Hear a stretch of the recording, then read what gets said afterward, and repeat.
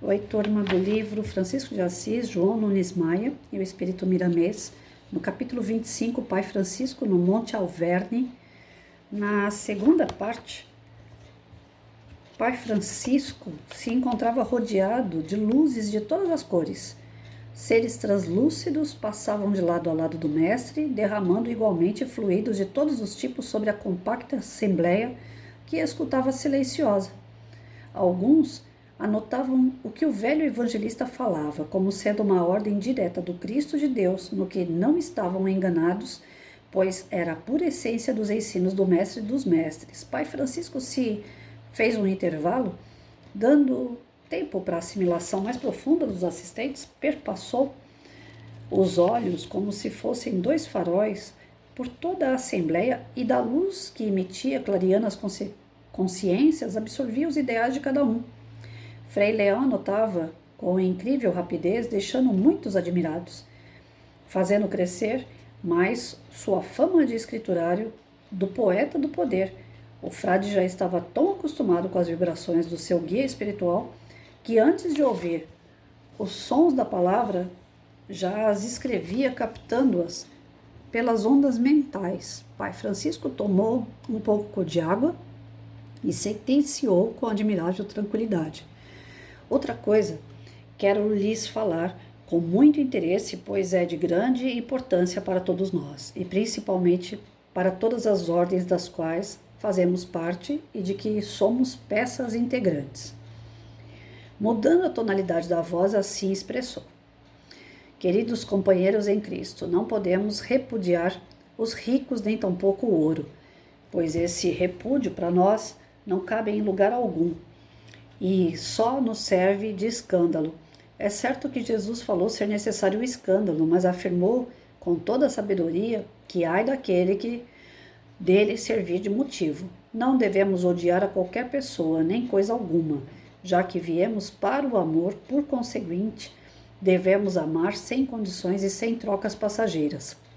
Se algum dentre nós aspiram fazer milagres, gastando horas e horas, exercitando suas mentes e disciplinando seus modos para impressionar as massas com fenômenos planejados, qual ânforas bonitas por fora, mas vazias por dentro, como sepulcros caídos no dizer do Evangelho, perderão seu precioso tempo, porque essas coisas devem ser espontâneas pela vontade do alto, pelas mãos do Cristo em nós. Ele sabe a hora exata, o momento propício para os sinais transcendentais de despertar do coletivo para que a fé se afirme nos corações preparados. Não turbemos os nossos sentimentos em busca disto ou daquilo, pois não sabemos o que fazemos. Só Jesus conhece o de que precisamos. Quantos, por vaidade, vêm pedir-me para que eu ande sobre as águas? E quantos meus filhos imploram-me para que eu voe ou que passe dentro do fogo sem me queimar, para impor as consciências pela força o ideal de Jesus? Não estou aqui para isso, mas sim para transformá-los pelo amor. Aquele que não crer que o maior fenômeno seja o amor deve esperar pelo tempo, que ele reparará a todos. Quantos cegos e aleijados, familiares de mortos e encarnados, batem às nossas portas, buscando a saúde, a vida e a liberdade? Por nós nada faremos, mas sim em Cristo, e quando Ele desejar tudo isso, faremos e muito mais. Pai Francisco anotou a entrada no recinto do Arcanjo Miguel, com uma corte de espíritos iluminados e dezenas de outros manipulando fluidos do ar e das árvores, das águas e de fontes que desconhecia. No momento deu graças a Deus. O povo, ao saber que os frades iam se reunir em assembleia, concluiu que, estando o Pai Francisco ou Antônio de Pádua presentes, veria milagres e curas de todas as espécies. Por isso as pessoas abarrotaram as adjacências da igreja dos frades menores. O poverello continuou falando com suavidade. Quero, meus filhos, que voltem todos para seus postos de trabalho, renovados em Cristo, que sejam todos construtores, desde quando o trabalho seja para o bem. Não importam as condições que encontrem nas suas cidades, províncias, países ou sítios. Importa sim manter acesa a chama da fé. Em seus corações a esperança nos caminhos que estão percorrendo, bem como se amarem sem outro interesse que não seja o bem-estar do próximo. Ouçam e guardem, meus irmãos. Não desperdicem o tempo que Deus nos deu por misericórdia. Aproveitem-no através das oportunidades que surgirem, plantando as sementes das boas maneiras espirituais. Aqui o Evangelho nos concita. Não critiquem os colegas quando, porventura, se desviarem dos caminhos do bem. Exemplifique como candidatos à luz os preceitos que os elevarão, colocando-os fora do ódio, da vingança, da vaidade, da maledicência. Se necessário, andem com o ladrão, sem que a inclinação dele os faça roubar.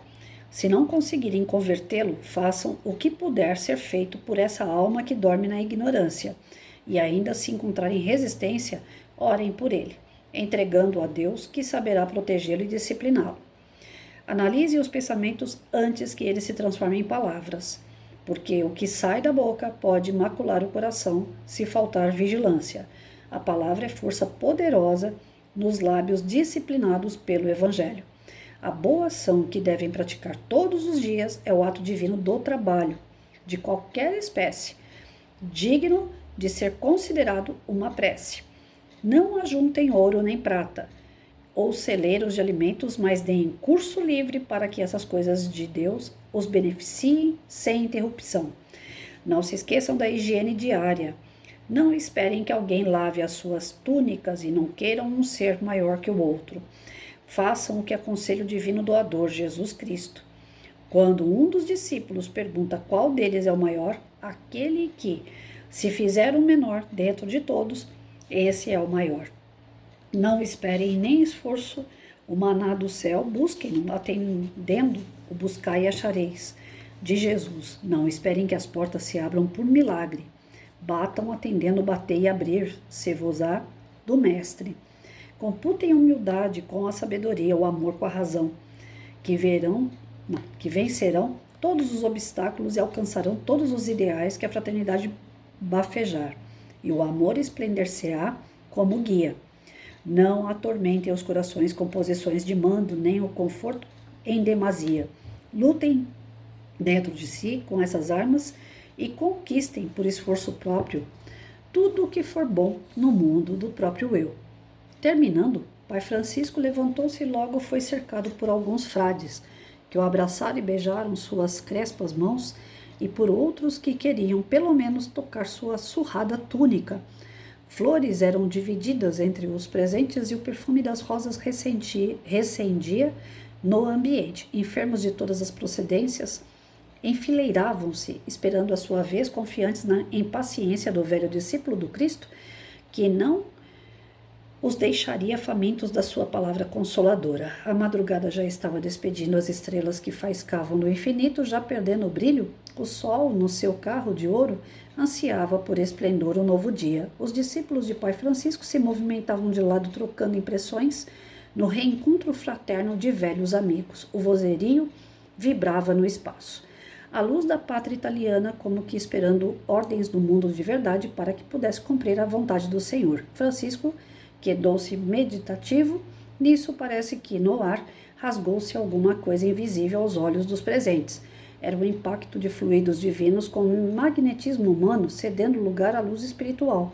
Pai Francisco tornou-se iluminado perante todos os presentes, que se ajoelharam, movidos por suave impulso, e foi suspenso no ar como um colibri, a poder de vibrações de voltagens imensuráveis de seu espírito, isolando-se da gravidade. Movimentou-se em todas as direções, abençoando os presentes, e em súplica ardente, assim se expressou: Senhor dos céus e da terra, abençoai nosso ideal aqui e além. Dai-nos o poder de entender a vossa vontade, para que seja cumprida a lei.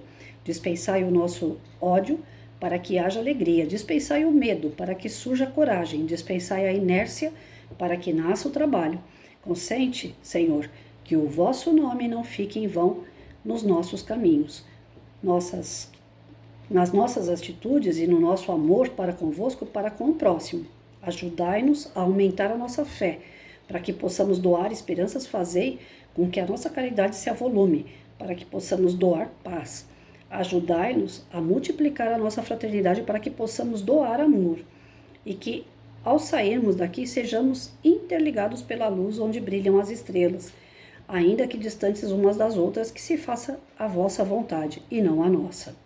E o povo chorou de emoção e de alegria. O arauto do evangelho desceu devagarinho e firmou os pés no piso da igreja, parecendo recordar a casa de Deus em Éfeso.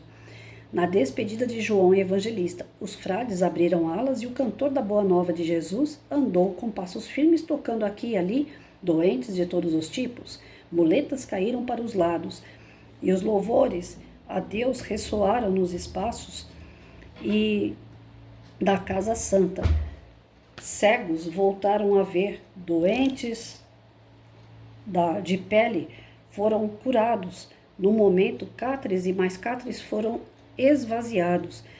Pernas atrofiadas foram reconstituídas e os mudos falaram e pularam de alegria. Pai Francisco viu que Cristo tomara a sua garganta, falando aos filhos do Calvário, segurando suas mãos para que os toques nos enfermos. Os seus nervos vibraram nos terminais diversos como fios de alta tensão. Seu crânio parecia uma usina e seus olhos eram lentes poderosas que tudo viam, sem que a matéria pudesse interromper. Fluidos e mais fluidos foram atraídos pelo Cristo e distribuídos pela mente de Francisco com a ajuda do Senhor. O sol já beijava Assis, como que evidenciando a presença de Jesus naquela comunidade. Ali estava, na verdade, confirmando o princípio de todas as coisas da terra, verdade por ele mesmo revelada, quando nela habitou ao afirmar: antes que a terra fosse, eu era. Este era o fundamento da vida no planeta pelas mãos de Deus. Quando o pai Francisco descia da sua levitação, tocou um frade virtuoso, cujos trabalhos na França, onde dirigia uma comunidade da ordem, muito impressionaram a Francisco. Seu lema era o trabalho e a consolação de si e dos outros, que era dignificada pelo labor honesto. E ao tocar no ombro de Frei Leopoldo, a marca da sua mão ficou desenhada a fogo na túnica, para admiração de todos e maior alegria da comunidade dos franceses, que guardaram a veste do Frei Leopoldo como recordação do amor de Pai Francisco aos frades menores da velha e bem assistida França, pátria de luzes espirituais. Para por aqui.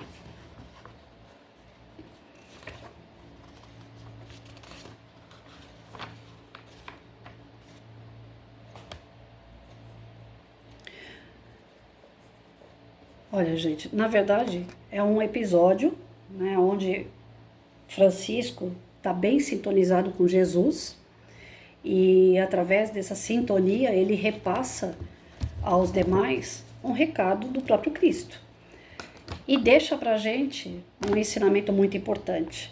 Quando a gente quer, de fato, com o coração, com a humildade, sintonizar aos espíritos mais superiores, eles vêm ao nosso encontro.